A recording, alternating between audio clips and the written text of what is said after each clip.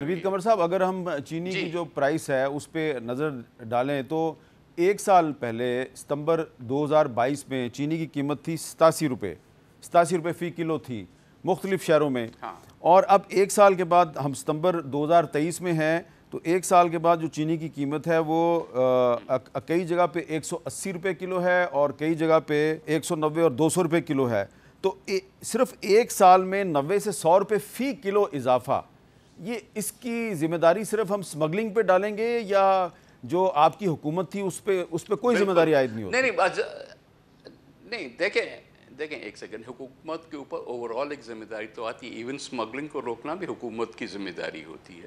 تو یہ باتیں تو اپنی طرح ٹھیک ہے، یا جو ہولڈرز ہیں ان کے پاس آج بھی سٹاک اگر پڑا ہوا ہے تو وہ اس کو مارکیٹ میں نہیں لانا بھی ایک فیلئر آف گورننس ہے نا. تو یہ ساری چیزیں تو ہیں، لیکن میں تو صرف اس بات سے کہہ رہا ہوں کہ کوانٹم دیکھیں نا، کہ اگر 3% کی وجہ سے آپ کہہ رہے ہو کہ سارا کا سارا فیصلہ نہیں ہوتا، تو اگر یہ ایکسپورٹ نہ کرتے تو یہ بھی سمگل ہو جاتا، کیونکہ آپ نے جہاں پہ آپ کو اور سمگلنگ کا صرف ایشو شوگر کا نہیں ہے، آپ کا سمگلنگ کی وجہ سے آپ کے جو فرٹیلائزر ہے اس پہ کوئی کنٹرول نہیں ہے، آپ کا جو گندم کا جس وقت سیزن ہوتا ہے وہ نکل جاتی ہے، اس پہ کوئی کنٹرول نہیں ہے، اور باہر سے جو بغیر ٹیکس پے کیے ہوئے پیٹرول آتا ہے اس پہ کوئی کنٹرول نہیں ہے. تو ظاہر ہے کہ بہت سارے لوگ اس میں ارب پتی بن گئے ہیں اس پروسیس میں، اور at the cost of the nation. تو اس کو اس پیمانے میں دیکھنا چاہیے کہ آیا اگر زیادہ تر چینی نکل گئی باہر تھرو سمگلنگ، وہ ذمہ داری ہے، یا 3% ایکسپورٹ آپ نے کیا ہے اس کی ذمہ داری ہے. مارکیٹ فورسز جو ہیں وہ سپلائی اینڈ ڈیمانڈ پہ چلتے ہیں، اور آج جو ہے سپلائیز روک دی گئی ہیں اور ڈیمانڈ وہیں کی وہیں ہے، اور بلکہ ایک حد تک وہ بڑھ جاتی ہے اس لحاظ سے، کیونکہ لوگ اور خرید کے اور اپنے گھروں میں رکھنے کی کوشش کرتے ہیں. تو یہ اسپیکولیشن کو ہمیں ریورس کرنے کی ضرورت ہے، اور اس پہ ہمیں جتنی بھی چیزیں، کہ سمگلنگ کو روکنا ایک لانگ ٹرم ایشو ہے، لیکن ہولڈنگ کو فوری طور پہ روکنا وہ تو شارٹ ٹرم میں ہو سکتا ہے نا. اچھا، اس میں آپ جو ذخیرہ اندوزی کی بات کر رہے ہیں ہولڈنگ کی، تو آج ہم نے کچھ مارکیٹوں میں جا کے بات کی ہے لوگوں سے، لوگ بھی اسی طرف اشارہ کر رہے ہیں. ذرا میں چاہتا ہوں کہ آپ کو پتہ چلے کہ مارکیٹ میں جو لوگ چینی بیچ رہے ہیں اور جو چینی خرید رہے ہیں وہ کیا کہہ رہے ہیں. افغانستان جاتے ہوئے چینی پکڑی گئی ہے. چینی کا ریٹ بڑھنے کی ریزن یہی ہے، جن کے پاس مناپلی ہے وہ پہلے باہر کے نام پہ بیچتے ہیں، پھر وہاں سے امپورٹ کرتے ہیں، اور پھر اپنے منافع کے لیے روپے کی جگہ 10 بناتے ہیں. کہ یہ آگے جائے گی، شاید 200 کو بھی کراس کر جائے.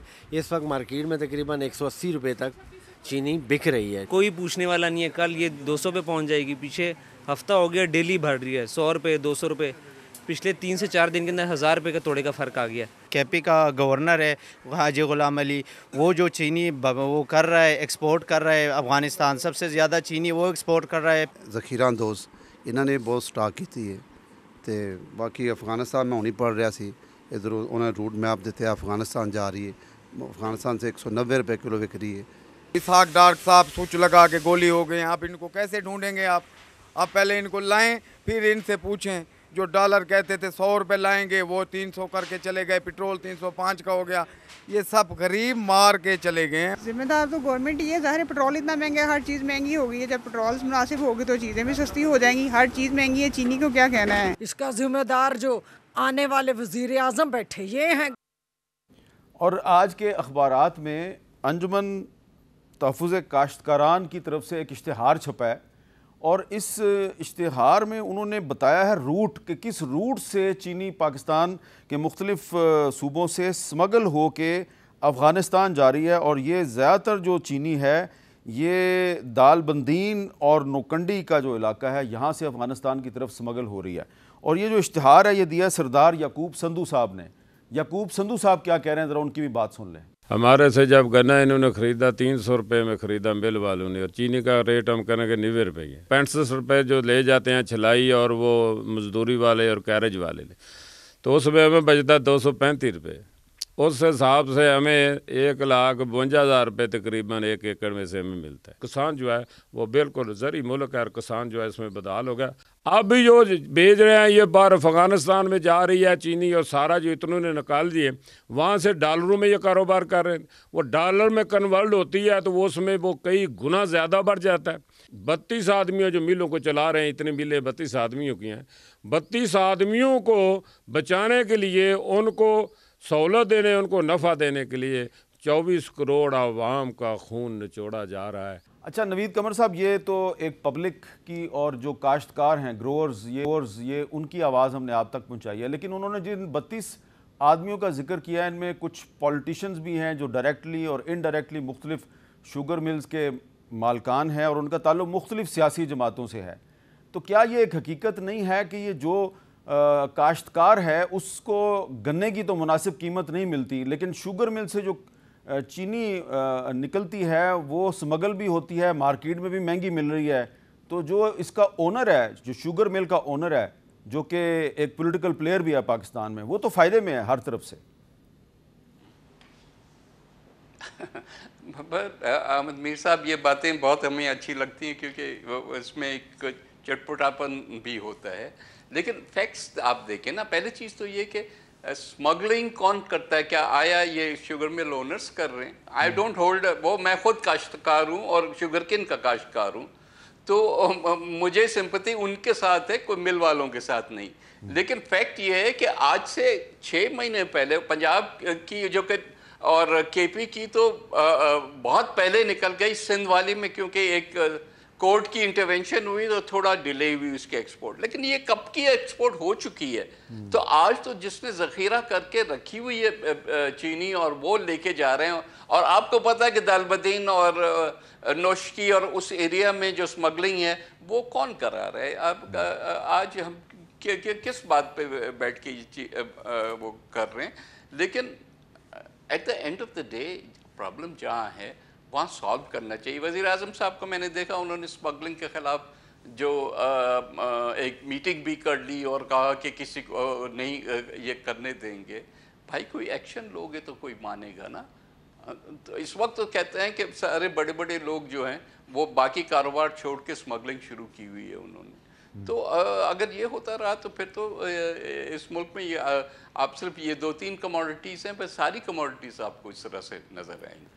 अच्छा, तो ये आप लकी या तो आपकी कीमतें वहाँ पहुँच जाएं या दुनिया की कीमतें, आप लकी हैं कि दुनिया की कीमतें, फिर कोई स्मगलिंग नहीं होगी। लेकिन आप लकी हैं कि सिंध का बॉर्डर अफगानिस्तान के साथ नहीं लगता, वरना ये सारी स्मगलिंग की जिम्मेदारी भी आप पे आयद होनी थी। लेकिन नवीद कमर साहब, कोई सोल्यूशन बताएंगे कि इस सारे मामले का कोई शॉर्ट टर्म सोल्यूशन है?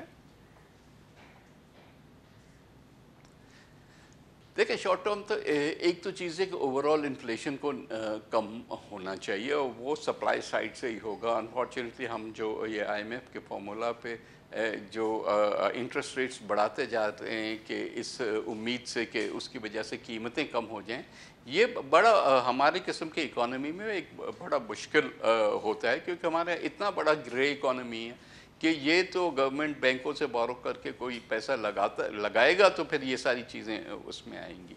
सॉल्यूशंस आपकी ये हैं कि आपने, जैसे मैंने कहा चीनी के केस में या दूसरी भी केसेस में, ये है कि आपने सप्लाईज़ को बढ़ाना है।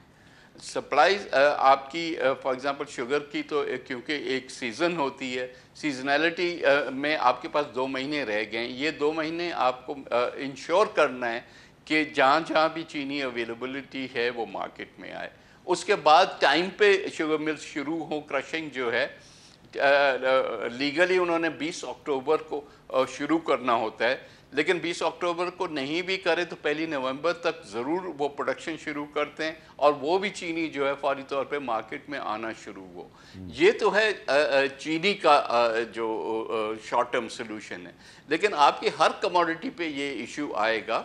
आप फर्टिलाइज़र को यहाँ सब्सिडाइज करके देते हैं और वो सारा बाहर निकल जाता है, क्योंकि जाहिर है कि अगर आप सस्ता माल इधर होगा और महंगा बाहर होगा तो लोग ख़रीद के भी लेके जाएंगे। तो ये इन चीज़ों पे बॉर्डर्स को हमने इस तरह से अगर छोड़ दिया, देखें ना, हुकूमत साथ हमारी जो है फोर्सेस वो भी साथ उनके खड़े हैं تو اگر ابھی بھی نہیں آپ روک سکتے چیزوں کو، اسمگلنگ کو نہیں روک سکتے، تو پھر کب روکیں گے؟ جی بہت بہت شکریہ نوید قمر صاحب، ہمیں بتا رہے تھے